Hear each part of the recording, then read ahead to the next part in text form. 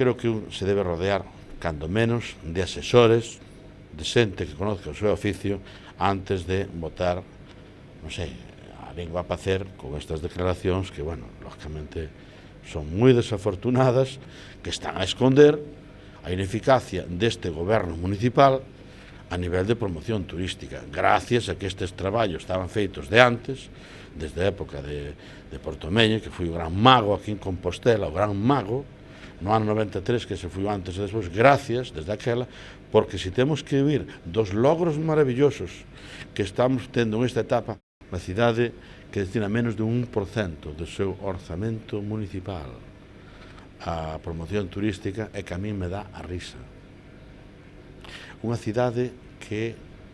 se gasta casi o doble, con respeto para o que vou decir hacia as outras persoas, na banda de música municipal, o doble que en turismo, é que, insisto, me dá a risa.